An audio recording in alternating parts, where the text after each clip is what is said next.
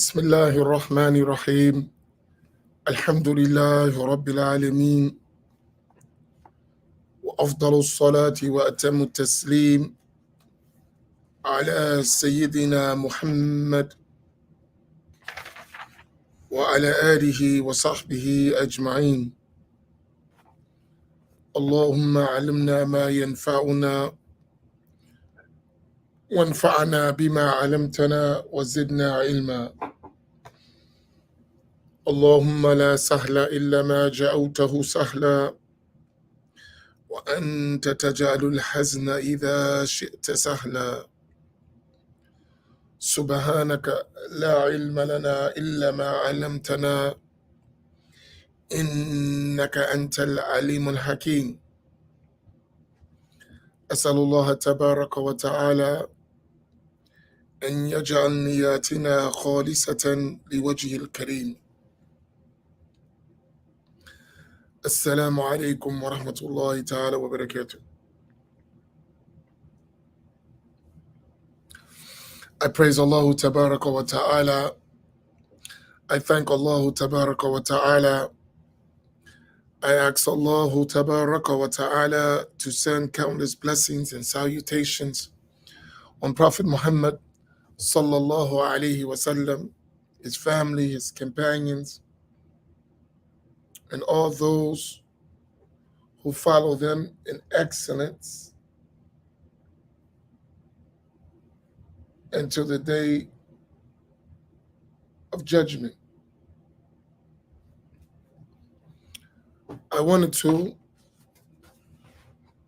start with some beneficial reminders. Inshallah ta'ala, I think sometimes if we put things in context, we'll benefit.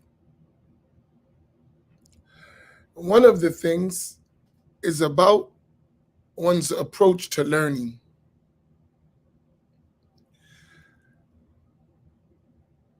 And that is, you should always be one who learns from those who know more than you, those who know equal to you, and those who know less than you. This is the real seeker of knowledge. The real seeker of knowledge is the one, when they seek knowledge, they will acquire it from those who have more knowledge than them, from those who have an equal amount of knowledge with them, and from those who have less knowledge than them. And the scholar said the real seeker of knowledge is not a true seeker until that becomes his case. In addition to that, the scholars, they said that one will find things in a river that cannot be found in the ocean, which gives us the indication that we should not only take knowledge from people who know more than us only. Rather, we should take beneficial knowledge wherever it's found. So our teachers used to say, go to a scholar if you have the ability. And if you don't have the ability, then go to a sincere seeker of knowledge and acquire from that person. So not all the time you're going to have access to the scholars. Sometimes your access may be the students of the scholars. Sometimes your access may be a friend that acquired something that you didn't acquire. Make it your habit that you look for the benefit wherever it is.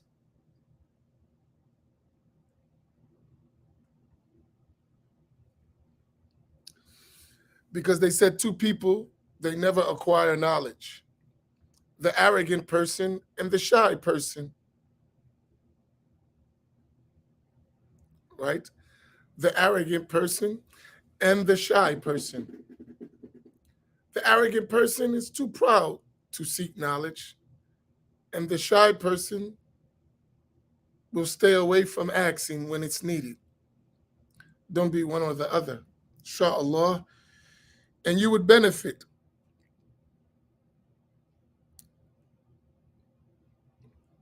So, as our reader is still having a break from things she needs to take care of, may Allah facilitate for her. Inshallah, we'll continue in our review. So, yesterday we were talking about al-ijtihad and the mujtahid. And I wanted today to explain to you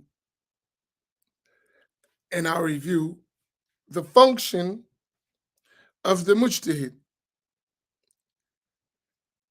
That we said the mujtahid is the one who's going to extract legal rulings from the primary texts of the Quran and the Sunnah. And according to the command of Allah subhanahu wa ta'ala, the one who does not know needs to ask the one who knows. And the scholars of al-fiqh understood that to be, or usul al-fiqh, that the muqallid would follow the mujtahid, right? And the mujtahid is the one who establishes a methodology by which one understands and practices the sacred law. Let's put that. The mujtahid is the one who establishes a methodology by which the muqallid can understand and practice the sacred law.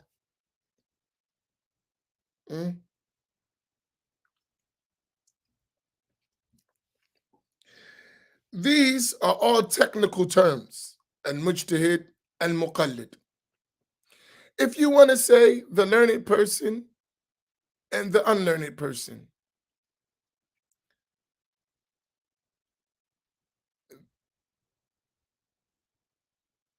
the experienced scholar or the novice, you can say it multiple ways. The point is the same. There are those who are experts in the area of the sacred law, and then there are those who are non-experts, and it's the job of the non-expert to follow the expert.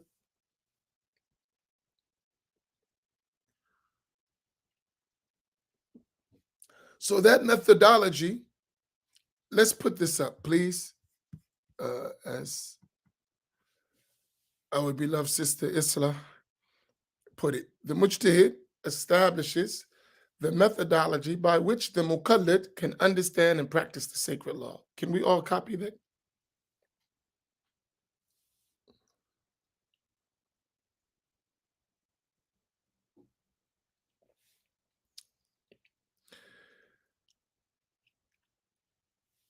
I have a mission, so I want you to really work on this.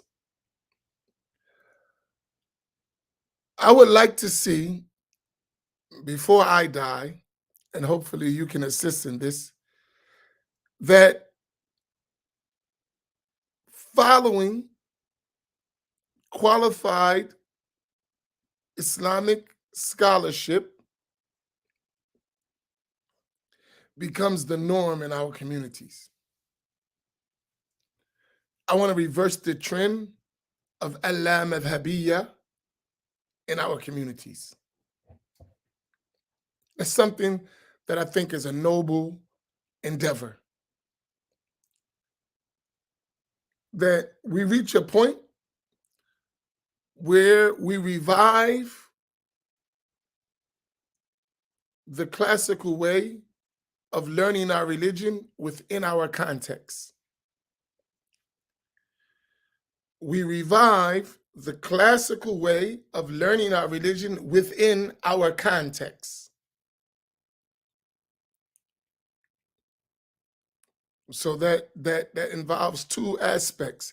It involves the aspect of learning what is the classical way to learn our religion and understanding our context in order to do that.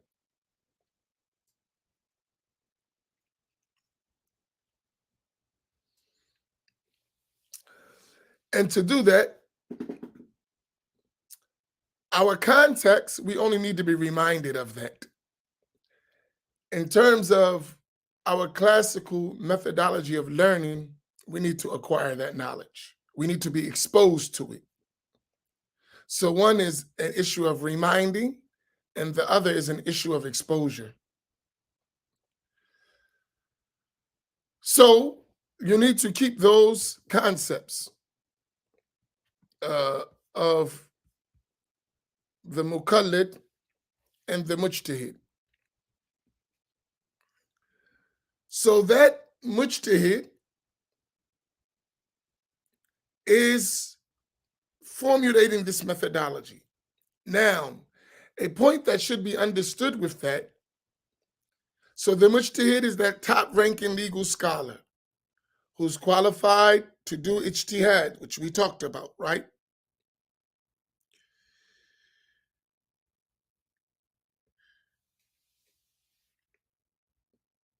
And we said yesterday that ijtihad is the ability to extract legal rulings that there is not an explicit text that only can bear one meaning. Then they're going to take rulings from that. Now, when we talk about the mujtahid, and yesterday we mentioned some of the qualifications of the mujtahid, right? I want you to keep in mind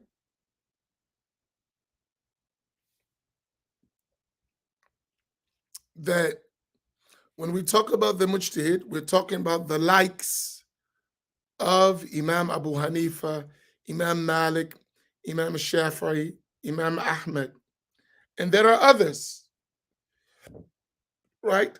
But in terms of our context, we're talking about those mujtahid imams whose methodology of extracting legal rulings have reached us with an unbroken chain down to us today. This is very important. There were more mujtahid scholars besides the four well-known recognized imams. However, the difference between those mujtahids and the four recognized imams who were mujtahids was the difference of the knowledge and their methodology reaching us with an unbroken chain. So part of understanding our classical methodology of Islamic learning is that an unbroken chain of knowledge must exist. Let's put that. A part of understanding our classical Islamic methodology of acquiring knowledge is that an unbroken chain must exist. This is very important. These are principles. If you master them, they will serve as a protection from you being misguided in terms of how you acquire your knowledge. It's a protection. Trust me, it is a protection. And I would like to say,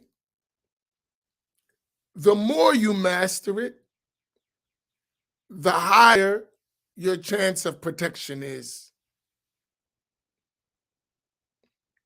If there's one thing in the religion, besides being a believer in the first place,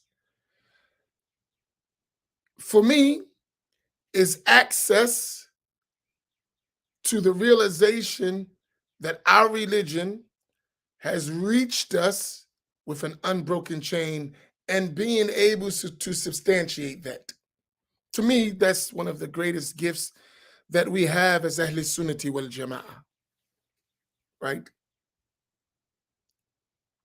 And when you understand that,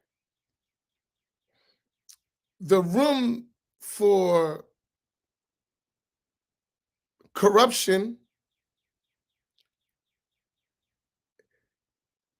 is very small.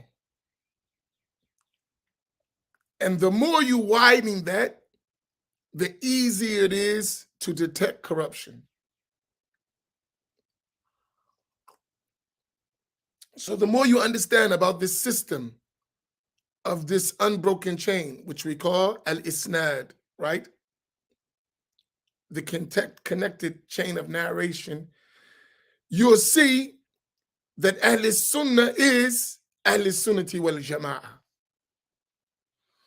And you will be able to identify where there's divergence easily, right? Even if it comes from individuals or groups who are in general on the right path. Listen to what I said.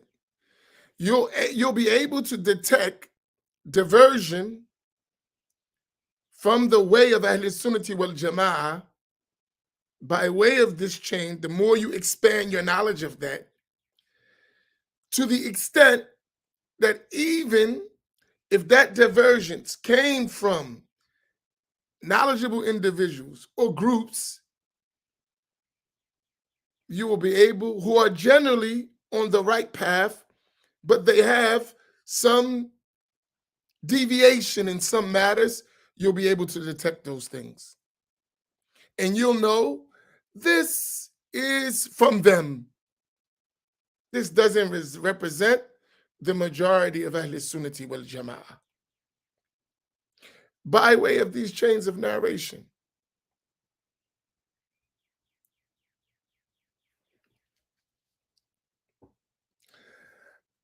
And we learn this more and more every day, right? And so the difference of these established schools of thought that were formulated by these great mujtahid imams, the four imams, is that they reached us with this unbroken chain. And the chains are so many that textual corruption to be established is almost impossible without being detected. Right? I would say almost impossible because, things are possible because it's creation, but almost impossible to the extent that it's not even thought about. Now, when I say corruption and deviation, I mean that in terms of the whole system. I don't mean that in terms of an individual or a group who deviate, that will be detected.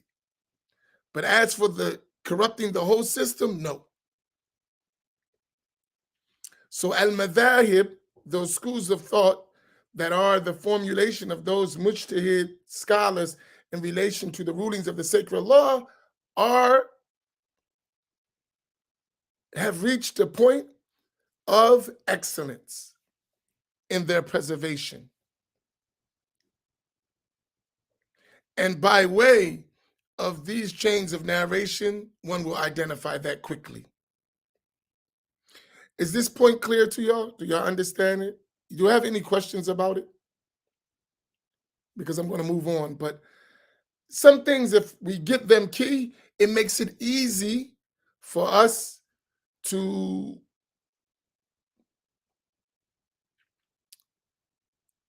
not be deceived by misinformation from those who contradict al-madhahib. Because I think sometimes we don't realize the system. So not knowing the system, you don't know how accurate it is. right?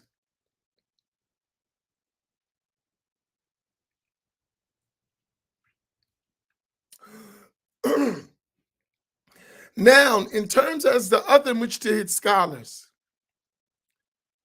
what we do have from them is some of their legal rulings. I explained it, Khadija. What are you missing?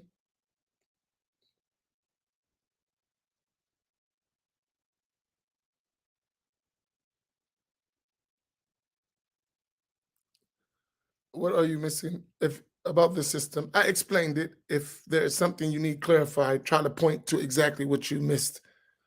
Or did you miss the whole thing altogether? Uh, okay.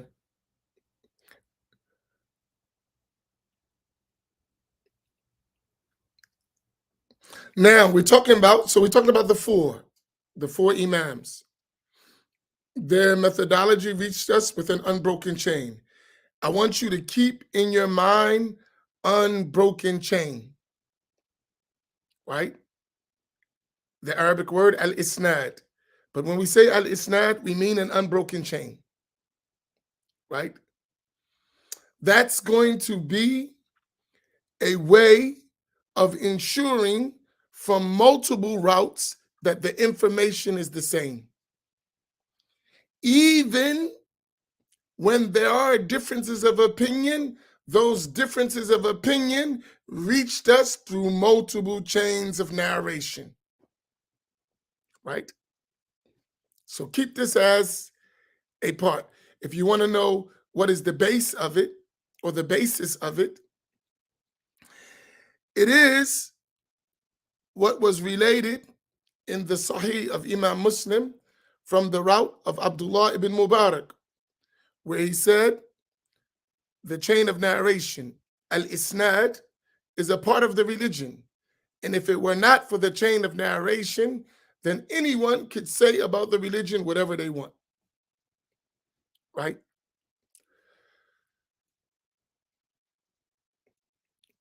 You know, this chain of narration is such a protection. I was telling somebody this. They kept telling me about their sheikh. My sheikh, my sheikh, my sheikh, my sheikh. I said, Islam don't need your sheikh needs Islam.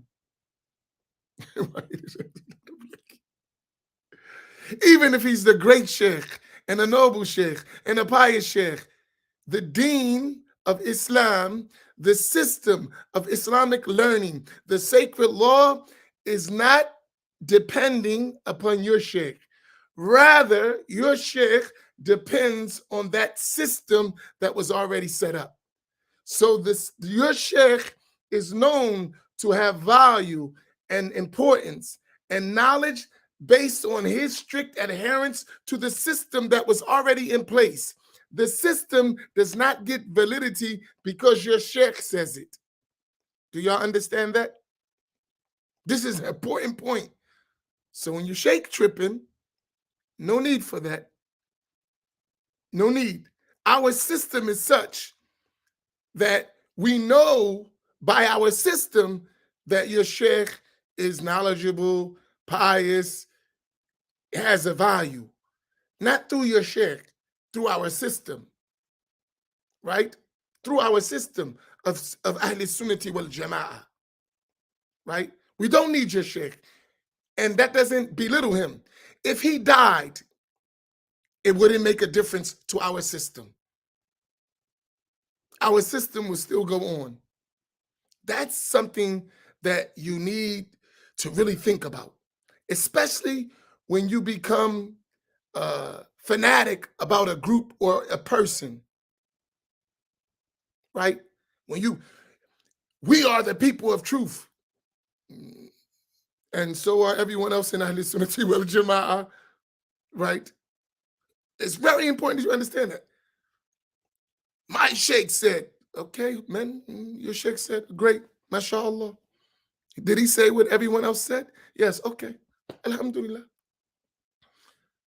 So you mean what your sheikh said, we can find it elsewhere, right? Yes. And it's not obligatory to follow your sheikh, right? Yes. Okay. Then your sheikh's within the system, right? There will be no cult if you follow this system. There will never exist a cult if you follow the system. If you deviate from the system of Ahl Sunnati wal Jama'ah, you'll find cults. You'll find charlatans and all that other stuff. But if you stick with the system, it exists. So even if a particular scholar is fantastic in his scholarship and his piety, alhamdulillah, so are others.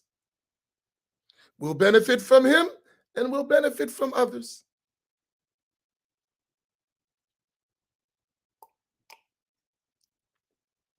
Because your sheikh is only a part of the system. He is not the system. Put that point. Our shuyukh, our sheikhs, are only a part of the system. They are not the system. If you understand that, it's extremely important. Our sheikhs are only a part of the system. They are not the system. And such understanding does not belittle their status. In fact, it elevates their status.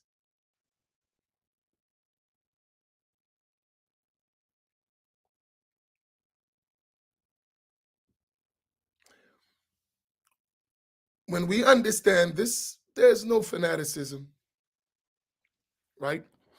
So even though we're talking about those four Imams, by talking about the four Imams whose methodology reached us today with this unbroken chain as a part of the system, we do recognize that there were other great mujtahid Imams who had knowledge, but it didn't reach us with an unbroken chain, and that's why we don't follow it in totality. However, what has reached us is some of their legal judgments, right, on certain issues. And in those issues, those legal judgments that reached us with a trustworthy chain of transmission, we accept them and we adhere to them when available.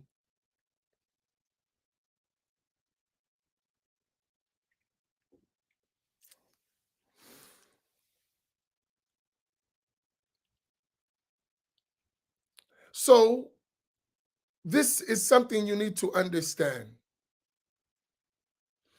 Now, once we understand that, those mujtahid Imams, like the four Imams, right?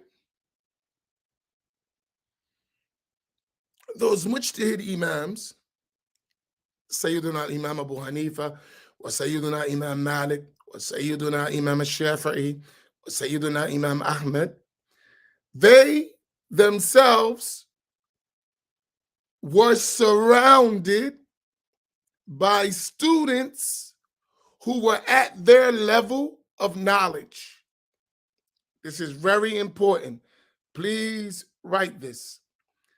Those four Imams, I mentioned them, Sayyiduna Imam Abu Hanifa, Sayyiduna Imam Malik, Sayyiduna Imam Shafi'i, Sayyiduna Imam Ahmed.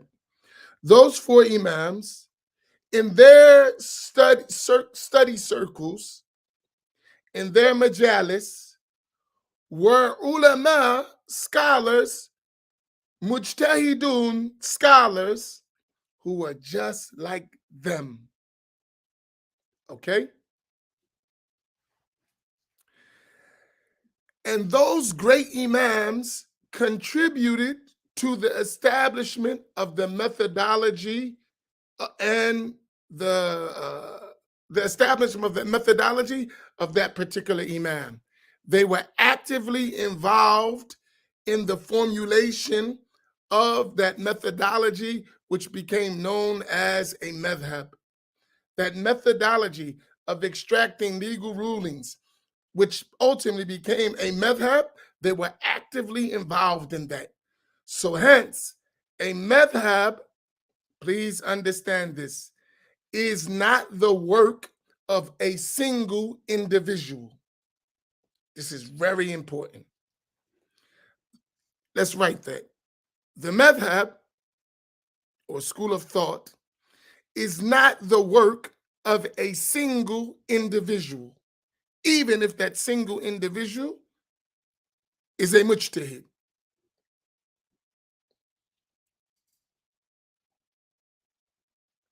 Or an absolute mujtahid. So that means the person wasn't in his own room doing his own work. Rather, for all of his legal rulings, he is discussing with a group of legal experts. Here's a problem that we need to resolve among ourselves. We are not legal experts. Please. That's our problem, I believe. We don't realize that. We are not Islamic legal experts. And that doesn't put us down. We are not, please put it, Islamic legal experts. And that does not degrade us or belittle us or lessen our value as Muslims. It just keeps us in our lane. So we're not all over the road. We're not Islamic legal experts. In our time, especially on the internet, someone said to me yesterday, and I laughed.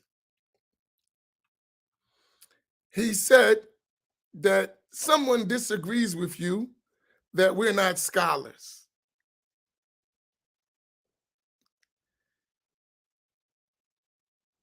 And he said that in his opinion, you are a scholar for us. I said, while I appreciate his good opinion of me, his opinion is delusion. I am not a scholar for nobody. When we understand what we're talking about as scholarship, if you want to say, I'm knowledgeable enough to help you in some issues, I accept. Scholar, sheikh, by what you mean, no, absolutely not. And that doesn't belittle no one. It's just real. In fact, it will save us from being deceived by one who knows more than me and is still not at the level of textual deduction, but pretends to be at that level. Do you understand my point?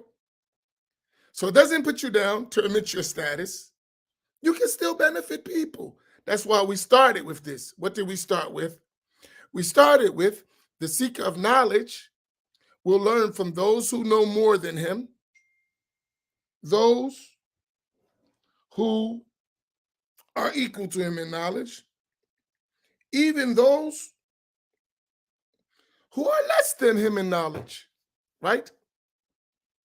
Sometimes you're going to find in the river what you won't find in the ocean. It's fine.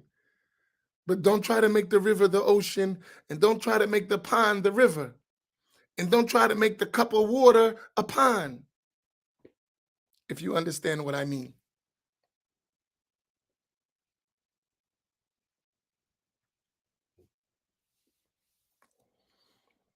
Right? That is a rule. It's a fiqh rule we're going to learn later. But I want to share something with you. Write this. When water is present, dry purification is invalid. Can you write that up? When water is present, dry purification is invalid.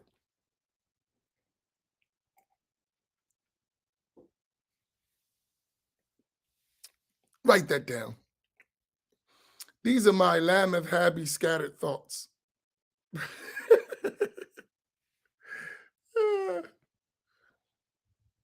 La Madhhabiyya scattered thoughts. Right? That's not my saying. That's a scholarly saying. When when water is present, a tayammum is invalid, right? This is a rule in fiqh, right? But I'm going to use it as an analogy for you. And it's used as an analogy. It's a real rule, but it's used as an analogy as well. Remember I told you, you got to know how people use words? So they say, إِذَا حَضَرَ الْمَاء بَطَلَتْ التَّيَمُّمْ, right? بَطَلَتْ tayammum, excuse me.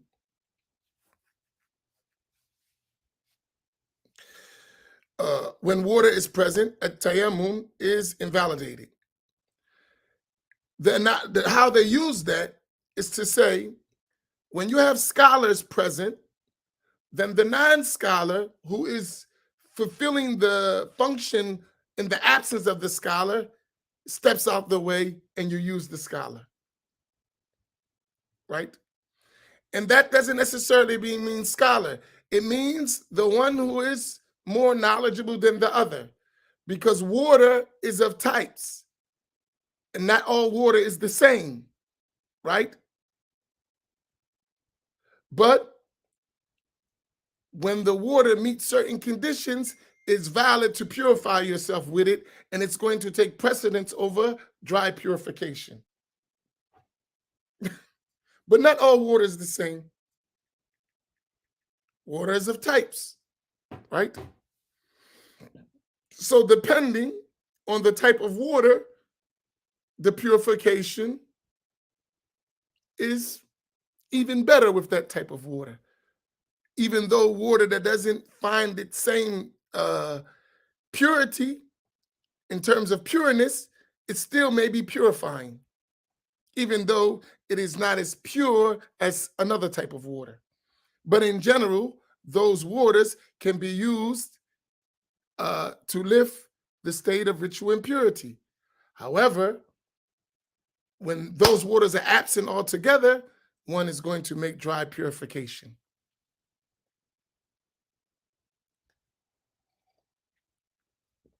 And that's at levels, right?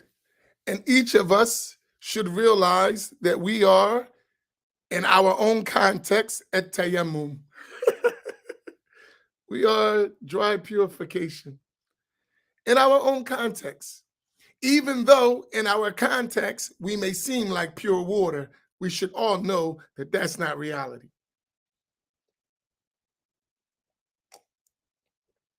So even if someone would look at you like you learn it, you an imam, you a sheikh, you a scholar, contextually that may seem real, but you should know that is pure water, and I am a dispensation in the absence of pure water.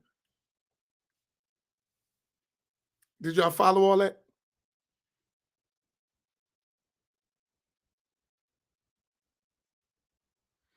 Did y'all follow that analogy?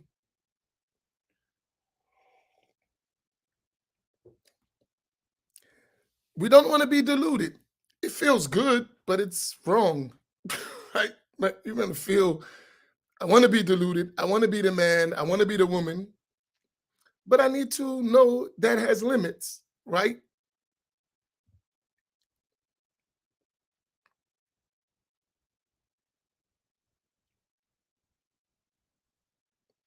Let me give you an example.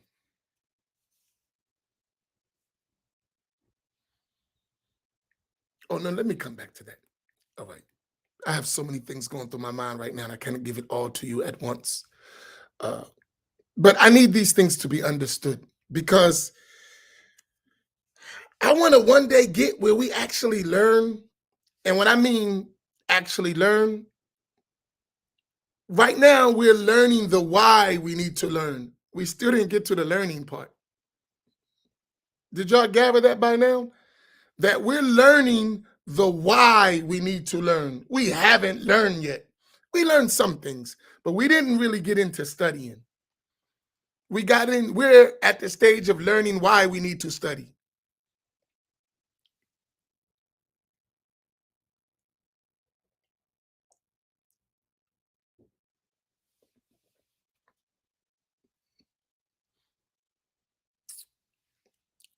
and what studying looks like.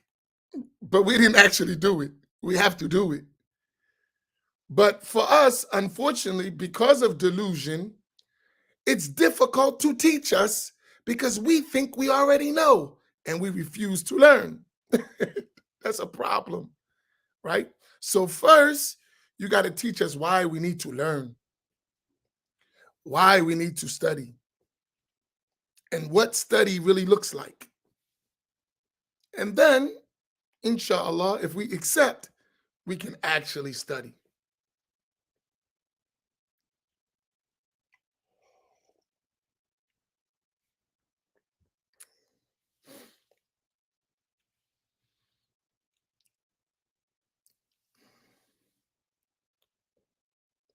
Let me ask you a question quickly in regard to that.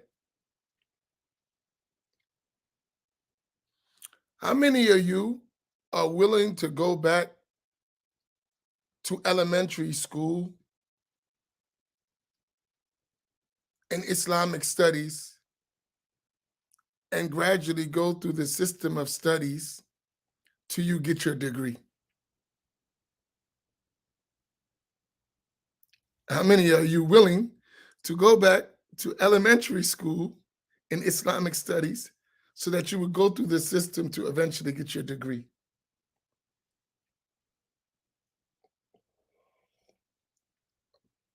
Be honest. Man, I ain't trying to start all over. You never started over in the beginning, bro. I want to start all over. Uh-oh, look who's in the house. The free slave. Watch out. Y'all better not make one mistake. He's ready to correct. He's been in training. He's like, oh, welcome back, Imam. Thank you. That's what you had to do.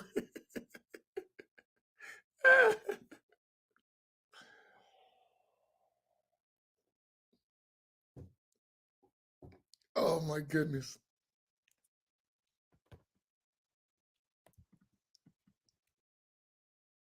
I love the free slave. Where is it?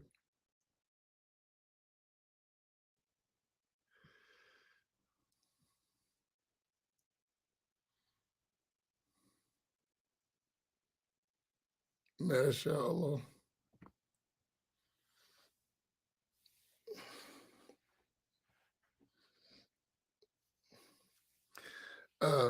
Now listen what I mean by that.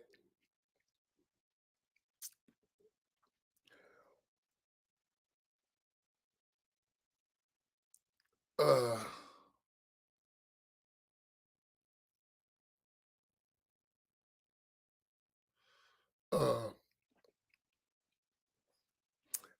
actually, that's what we're going to have to do. So I'm talking about in the actual study process. And then we're going to have to build. Right? And then once we build, it'll be clear. Right? We're going to have to start from scratch. Right? But scratch to us is going to seem complicated. Listen to what I said. We're going to have to start from scratch, but scratch to us is going to seem complicated in the traditional classical Islamic system.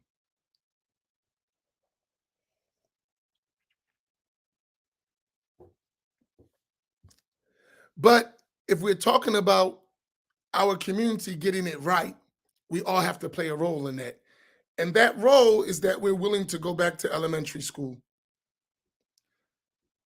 right? And then take the curriculum all the way up, right?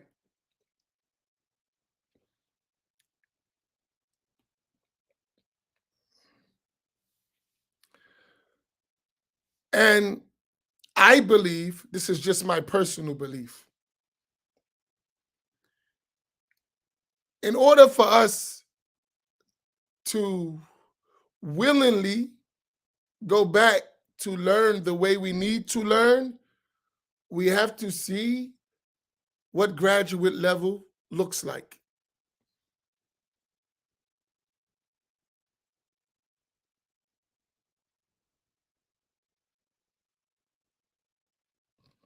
right? We must see what that really looks like.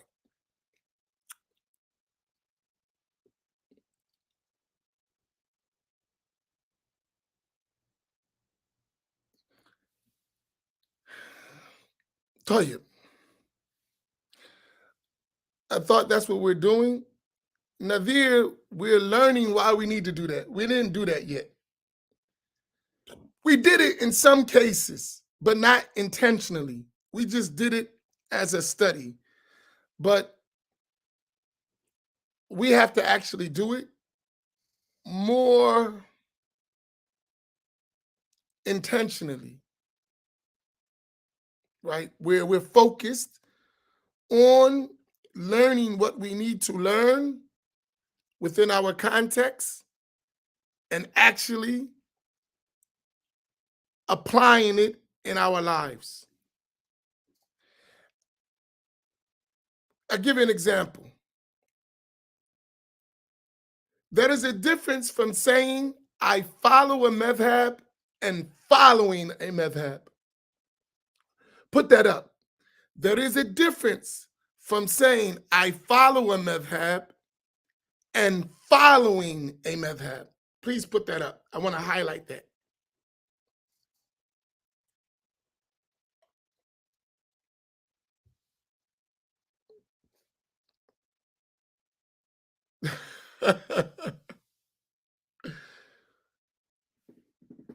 Y'all ready? Everyone copy that. Inshallah. There is a difference from saying, I follow a madhab, and please spell madhab, you're missing the H after the other H. There's a difference from saying, I follow a madhab, and let's say actually following a madhab, right? There's a difference between saying, I follow a madhab and following a madhab. What do y'all think I mean by that? There is a difference between saying, I follow a madhab and actually following a madhab. What do you think I mean by that statement? What do you understand from that statement? I'm asking you.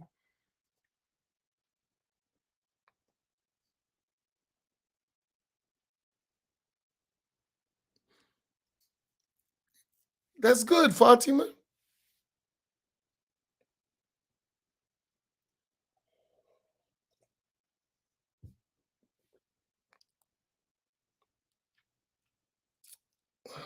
What? Okay, so Ja'far said, walk the walk, not talk the talk. Okay, in general.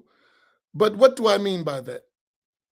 Learning opposed to living it. Yeah, action is louder than words. Y'all close, but that's not really what I mean.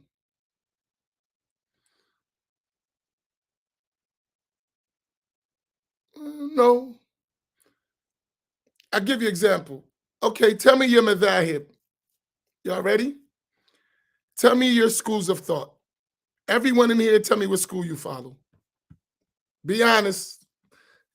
And if you don't follow one, say I don't follow one. That's fine, because you may not follow one. But tell me your schools of thought.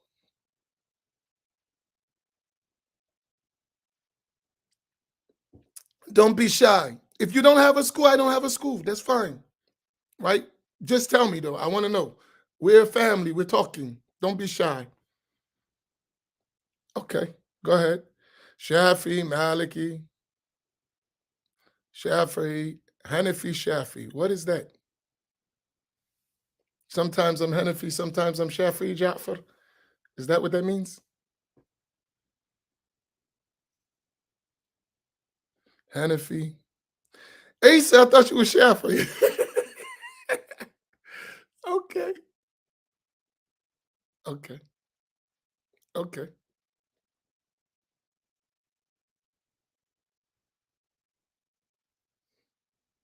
okay, okay. So now let me give you an example, right?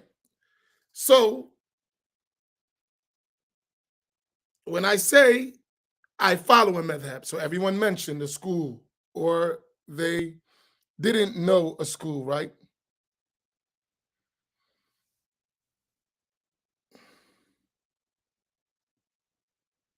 Right? So, yours, Imam, I mean.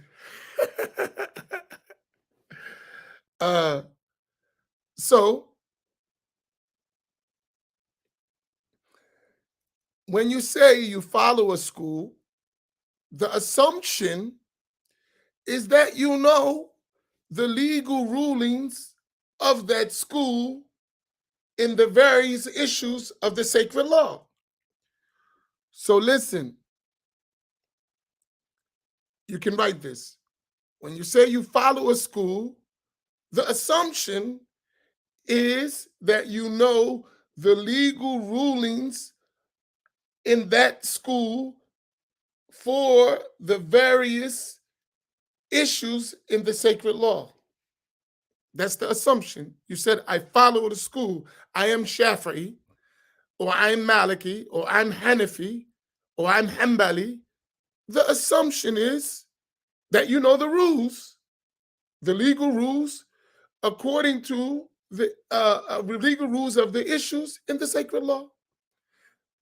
Right? What do I mean, the issues? So you know purification, you know prayer, you know zakat, you know fasting, you know al-hajj, you know how to marry, you know how to divorce, you know how to buy, you know how to sell, you know how to lend, you know how to hire, you know how to fire, you know child custody, you know legal rulings throughout the sacred law in that school. That's the assumption when you say, I am a Shafi'i or I am a Maliki.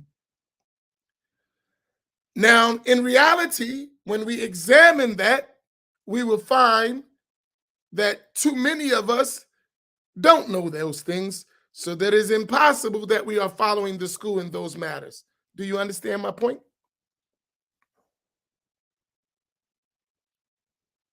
If that's not the case, then in actuality, what we're saying, we're actually not doing. Because there is the assumption that you're actually following the school that you say you follow in those issues. If you don't, then obviously you're not following that school. It's a claim.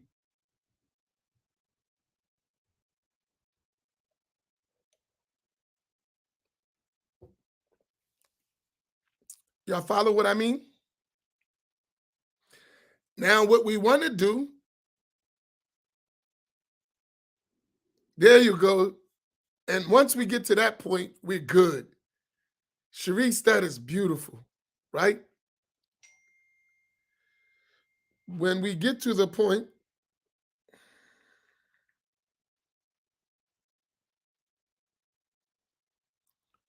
I don't see that person. Okay. If someone slides through and I miss them and they're talking nonsense, ignore them. And definitely don't click on nothing. Don't click on anything because, sometimes I don't see things and they get right by me. So be careful. Right? So that's the good one right there.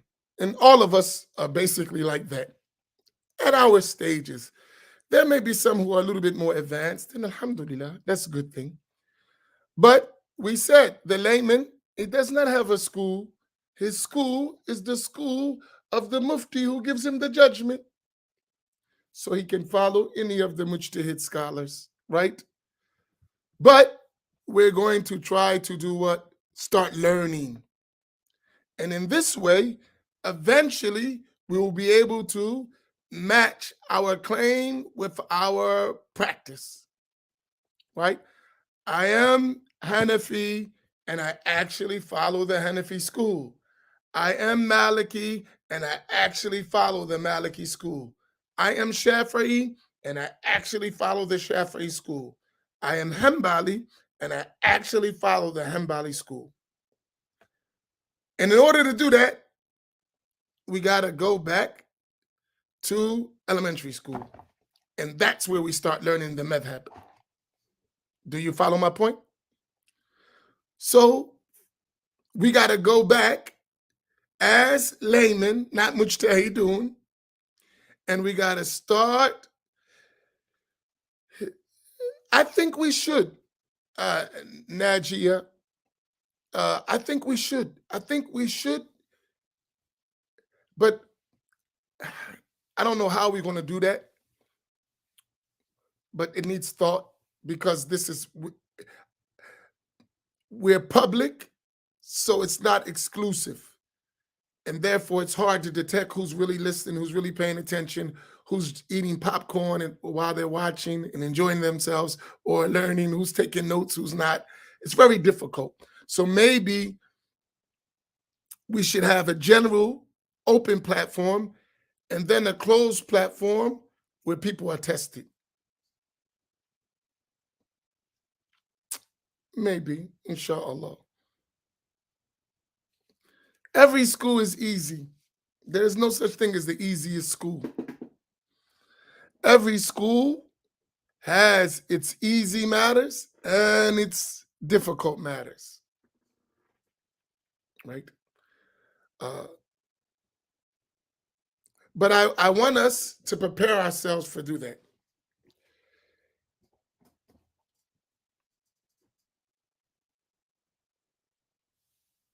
Right. Tell you, okay, I think I covered a lot. Any questions about what we covered? Please feel free. I don't want to take up too much more of your time. I can give you 15 more minutes because I was late. Are there any questions about what I covered? There are some things I wanted to cover. I'll do it tomorrow, inshallah. But this is a vast subject, and since the reader is not available, maybe she'll be tomorrow. If not, then tomorrow we'll continue till she comes back. Uh, any questions?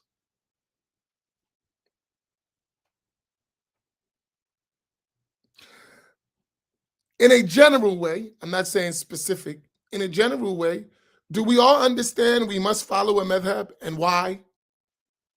Do we all understand that by now? In general, is there anyone here still doesn't understand why you need to follow a madhab?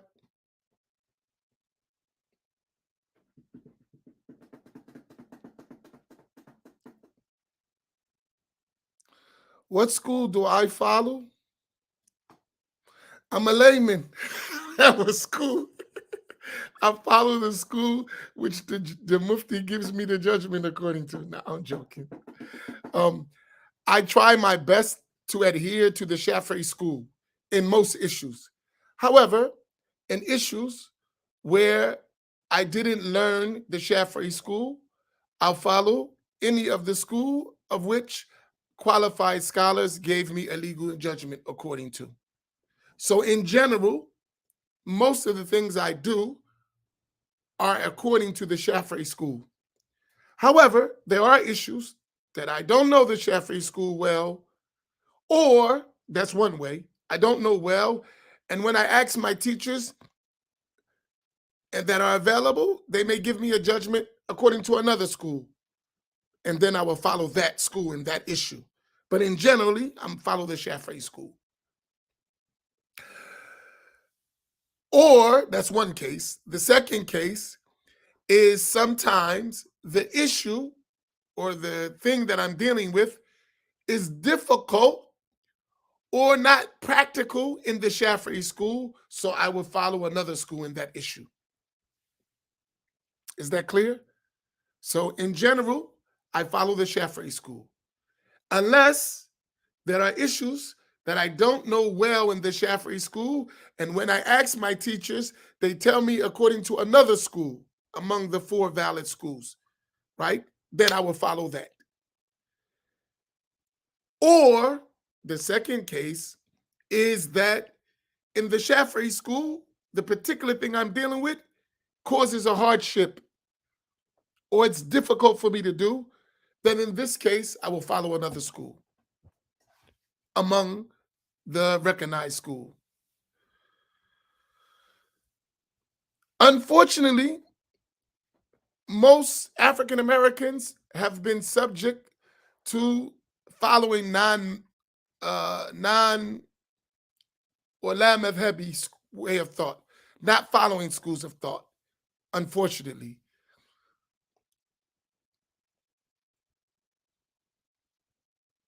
Uh, that's an unfortunate backdrop to us not taking our own narrative seriously. I'm going to say this to you.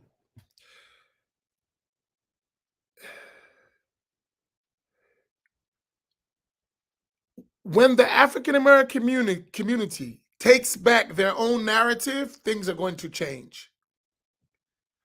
So long as we are an occupied territory, we're always going to be deficient in our learning of the deen. And that can be intentional. I say it with no apology, no reservation, and no hesitation. Until we, as an African American community, Muslims, take back our narrative, and we are no longer an occupied state, an occupied community, we're going to be misled in many issues, and sometimes that's intentional. Seriously. And I'll prove it easily from people who should know everything I'm talking about, but they don't. And some of them have been studying for 20 and 30 years with others, and they never taught them. They only taught them to an extent to control them. That's a fact. You know how we say facts? I can prove it. In multiple communities where African Americans exist, this has taken place. Everything I'm talking about, they should know it like walking or chewing bubble gum. But because those who were over top of them wanted to control them, they only taught them a certain amount and stop. And some of them been like that for 30, 40, 20 years. And still to this day, we have African Americans, youth, that are still doing the same thing and getting the same result. And then the person gets a little slick. Okay, this is not working. Let's give them a little bit more so they have more than the others, but we still subjugating them too. No, this is real stuff. I hate it. And that's why I do what I do, even though I'm not qualified. Listen to what I said. I hate that, and that's why I do what I do, even though I don't believe I'm qualified. Please put that up. Could you write that, Muhammad? Because of this is one of the main reasons I do what I do, even though I don't believe I'm qualified to do what I'm doing. But I have this feeling. If we rely on you, I know the result. So we better take matters in our own hands.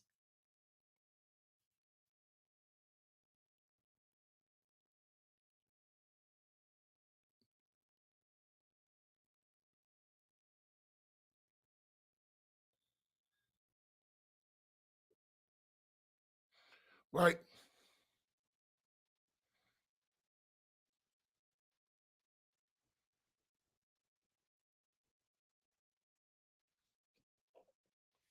No, this is my reality. Seriously. I'm not making no claim that I'm some qualified. I just know better than to follow you because I know what you've been doing and I see it clearly and it burns me up. Right? Be honest. So if I'm going to be of any means of helping my community, we better take matters in our own hands. While learning, I don't say don't learn. I didn't say that. I didn't say do it yourself. I never said that either. But we better trust ourselves, because it is clear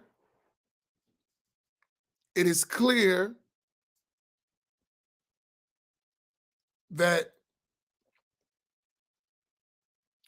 our best interests have not been taken into consideration in terms of our Islamic education and development. That's obvious. And I don't have, that ain't even a debate.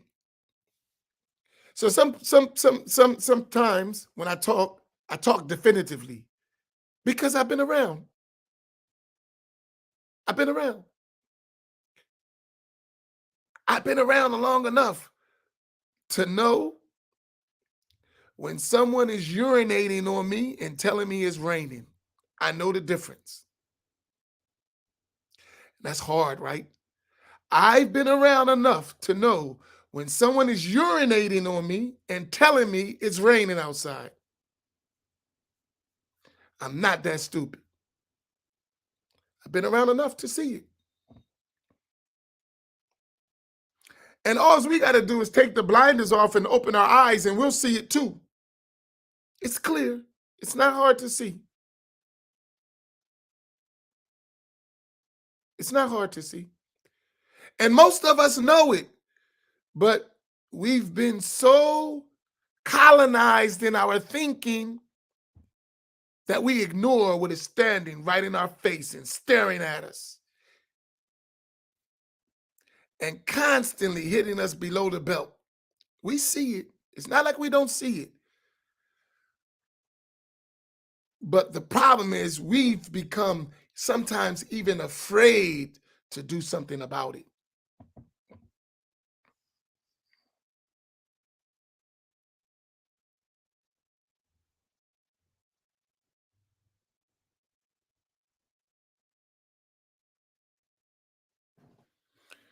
And that really disturbs me. It does. I'm not going to lie. It disturbs me to my core, right? Boy, it disturbs me. It really, really, really boils my pot. I'm telling you. Because we could be way, mashallah who can, as Allah willed. But where we could be as a people, if that wasn't happening, Allah, subhanallah.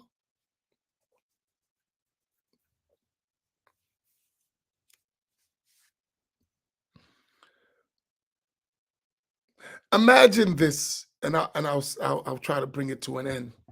But these are thoughts we need to think about. Look at sports, basketball, football, stuff like that. And look how African Americans have excelled in sports and entertainment, right? Music, the arts, theater, right? Look at African Americans.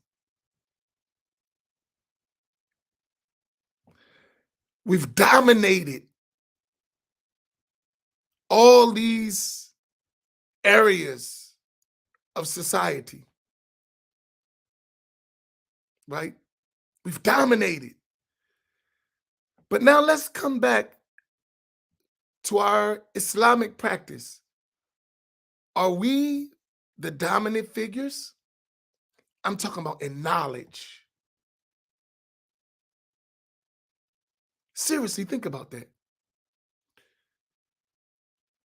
Are we the dominant figures in scholarship? Be honest with yourself.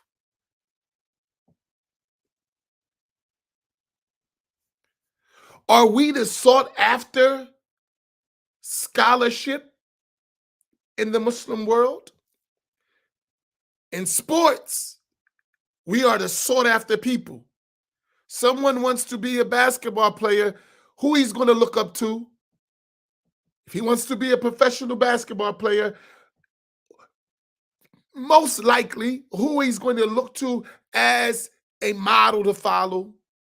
If he wants to be an entertainer, some kind of entertainer, he's going to look towards some African Americans for sure.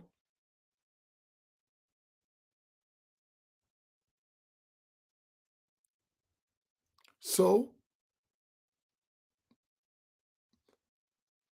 are we not capable as a people to be leaders, to be trendsetters, to be heads of state? Are we not?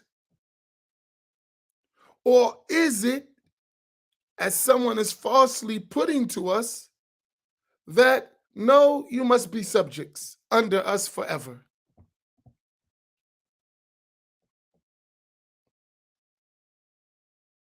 I don't like it. I don't. And I don't like the fact that we fell for it.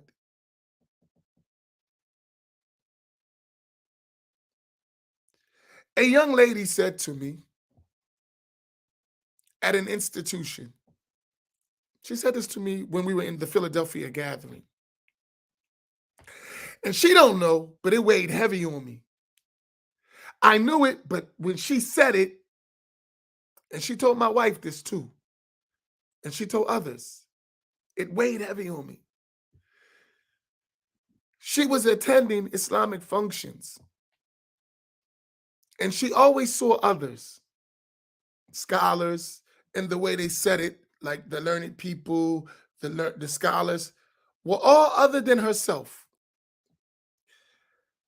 And at one event, I happened to come. So I sat with the learned people, I guess, if that's what you want to call that group, right? And she said, I was crying to see myself in you up there.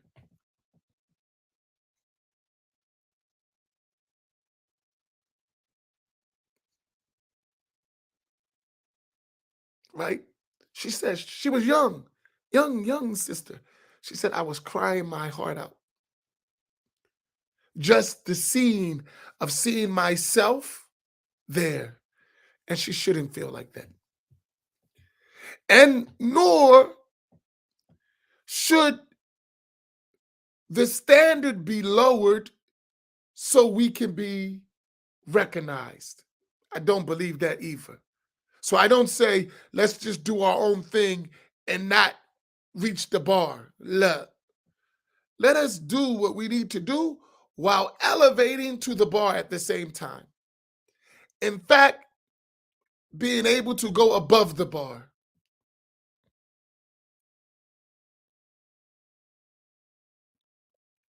There is a conference going on in Egypt right now. International conference at Al-Azhar. And there is no African American delegation.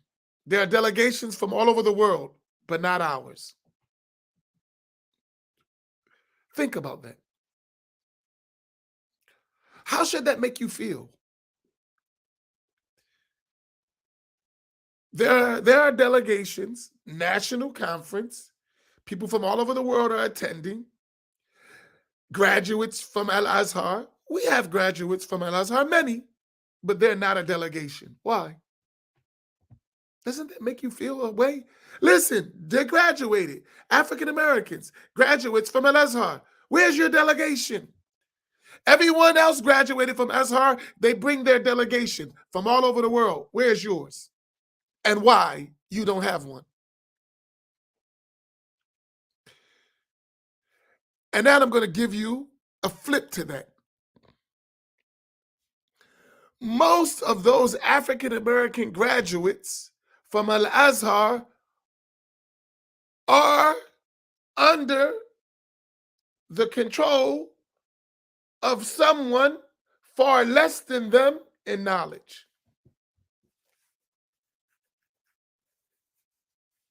Now that's our fault. All of them, African Americans that are graduates from Al-Azhar, right, are under the control of someone who is far less knowledgeable than them. That's our fault, right? That's our fault. Other African Americans that are not Azhari graduates graduated from other schools, and it's the same thing.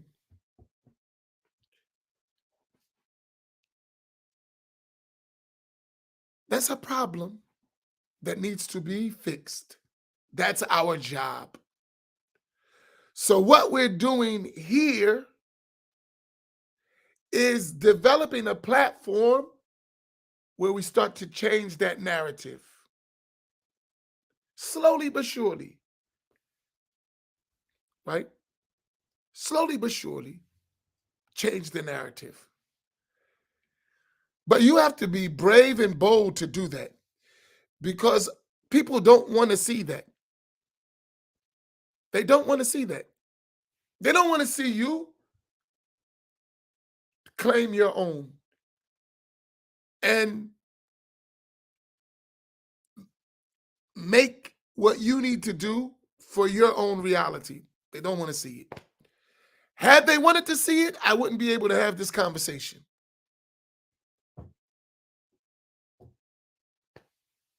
I wouldn't be able to have, it wouldn't even be a conversation if it was that they wanted to see that, this conversation couldn't exist. But since it exists, and we know for a fact it's true, and the situation that we observe is obvious, then we must do what we have to do. Even if we're not qualified, we must work hard to become qualified.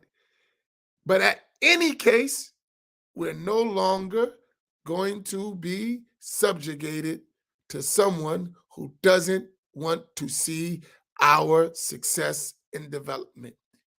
And that should be an exclamation mark after that. Nope.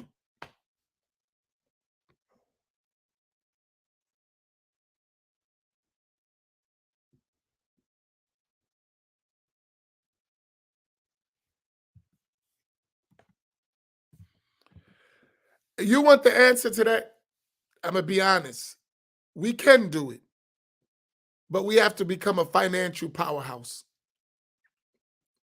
That's the political side of it. There are several. There is a way to bring them together, but it's going to cost you. And are you willing to pay for it? That's your question. And the answer should be, yes, it is worth paying for. But will you do it? That's another story. It's worth it. But you have to put them in a position where they can free themselves. And that's going to cost money. Not bringing them together, just have a talk. You know, you can bring them together, have a talk, and that don't cost much. But to do work, because they still need to raise up. They still need things they need, but you got to pay for that. And that's where we get stuck. And that's what I be talking about all the time. I don't raise, that's why I'm raising money, so we can actually do it. But how serious are you? That's the question, right?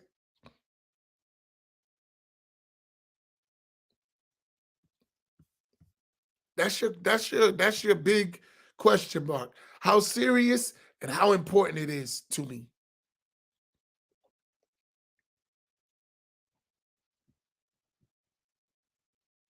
That's the reality.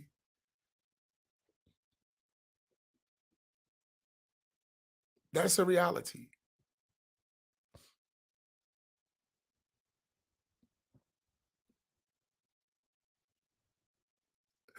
And we need to see ourselves in historical context, right?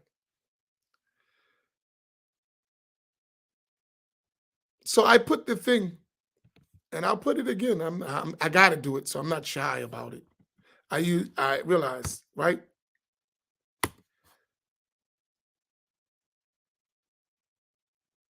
We have this campaign for specifically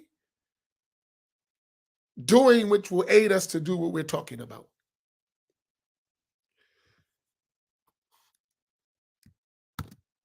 And this is only a start to what we've already been doing, but to really facilitate what we're talking about on the ground. Because there's a lot of work in this stuff. It's not easy. We can't just sit on the internet all day. That's not going to work. We actually have to be on the ground, face to face with one another, really building, making sure we're training. All hands on deck. That's what we need to do. But that's not free. And we're not in the position to all do it all ourselves. We're not. We need each other. Individually, we can do it by ourselves. As a group, we can get it done. But individually, we ain't going to do too much. Not individually. It's not going to happen, right? No matter how successful we are individually, we're not that successful. I was watching on the TV yesterday. You know this company called Citadel? Y'all heard of that company? I don't know, some kind of trading company. I don't know. Sitadel. Y'all heard of that company before? The CEO of that, or the founder of that, he must be a billionaire. That's obvious. He says his biggest thing is education. That's the thing that drives him. He's given over $400 million, one individual, over $400 million in educational grants and donations and endowments and all that stuff. $400 million, one individual.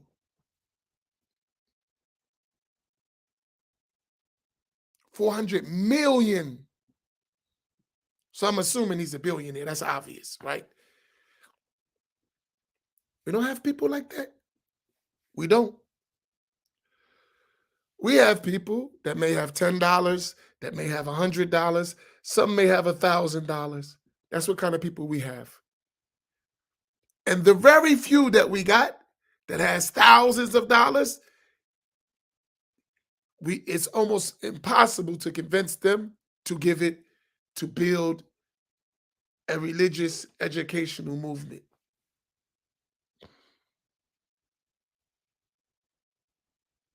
So these things are important if we're serious. And the last thing is that we have to learn to trust one another. We have to believe in ourselves.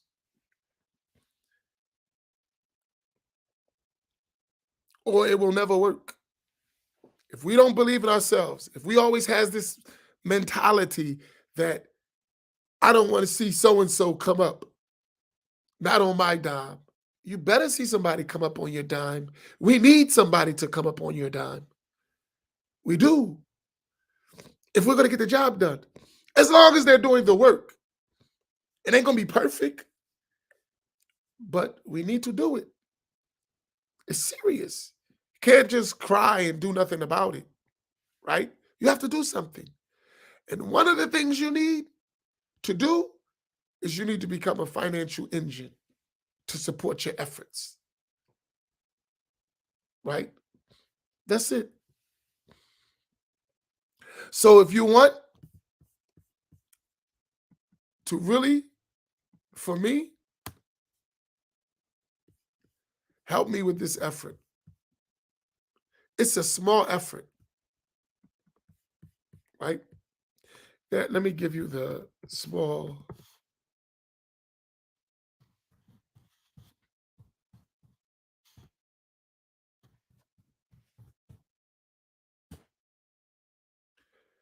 Help me come to you with our group. I have a lot of contacts. I have a lot of people that will come and teach, that are graduates, that are this, that are some, because not all of them went to school. Some of them, like myself, we sat with teachers. We didn't go to schools. We sat with living teachers and took chains of narration and books after books after books. There are a lot of those like that too, right? They don't have a degree from a school. They actually have a real classical transmission of knowledge from living teachers. There are some like that too. I know them, but they're not coming for free. I understand that. And they'll come for some, but they're not going on no Amin, Imam Amin, that's your joint, that campaign to save the world. Bro, I got to eat. And I understand that, right? They're doing what they can do with their capacity. So we got to facilitate for them to do more than that. And we're coming, and people know we'll come. And I want to come. I want to reach every one of you where you're at to the best of my ability. But I need your help. Because we actually have to educate ourselves. And that's a journey. That's a journey. That's a journey. That's a journey. It's not going to happen overnight. It's going to be a lot of work. It's going to be hard sweat, tears, pain, aching, and all go with it if you're serious. But the end result is going to be good, inshallah. Right? I know what it takes. I've done it myself, and I've done it with others. I know what it feels like. But for me, if I die and leave a legacy behind that's better than what I received, then alhamdulillah. That's my mindset, right? The fact that y'all come here every day and listen and learn and gain knowledge and benefit, to me, it's worth every effort I give. And I just pray that Allah subhanahu wa ta'ala gives me a long life to continue to help us along this journey to the best of my ability. And then we help bring together as well as develop those who are far better than us from among us. That's my objective in life. I don't have nothing else I want to do. For me, I would live the rest of my days doing that, and I would be completely happy. The rest of my days. I wouldn't feel like I missed anything.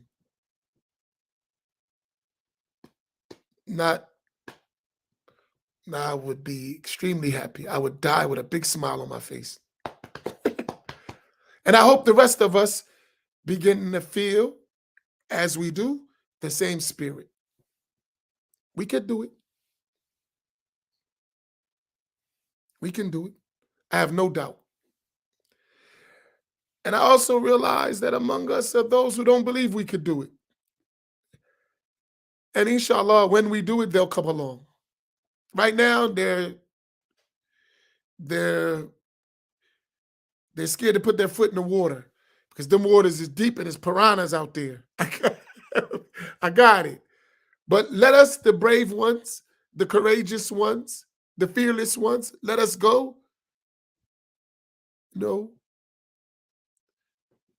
Push forward. And when they see that we didn't get swallowed and devoured, they'll come. And when they come, welcome them. Don't say, man, we did all the hard work and now here you come. MashaAllah, that was your time. Come on, let's go. Let's build. Imagine we do the work that where we do have those delegations.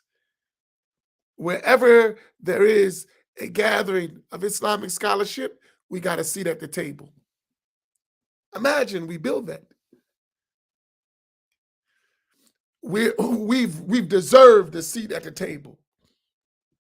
It's not someone gave us, we took it.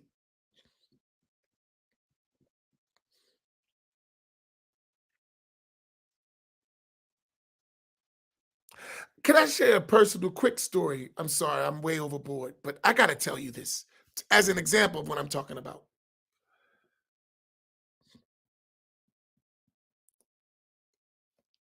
Because of what we do, I know some people who like to subjugate our people, but they won't come nowhere near me.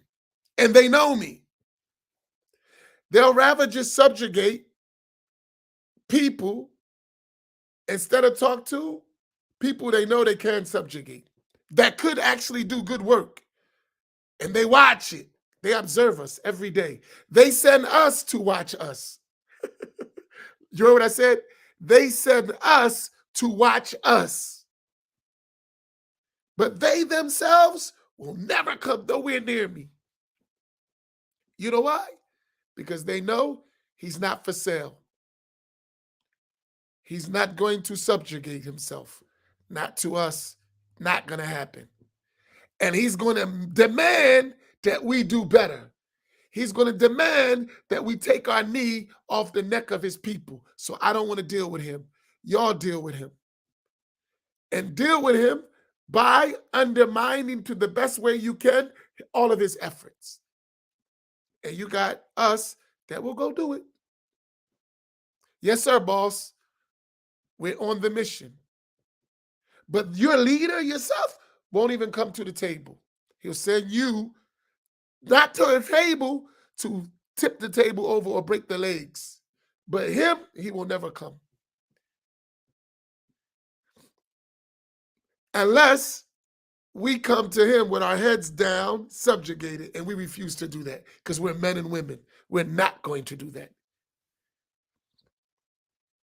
This is real stuff I'm talking. Personally, I know, right? Which tells me when we stick together, when we support each other, we can move mountains. We'll become a force to be reckoned with. Together, not individually, together. When they know we're going to support our own, they can't undermine what we're doing. This is a fact on the ground, I know.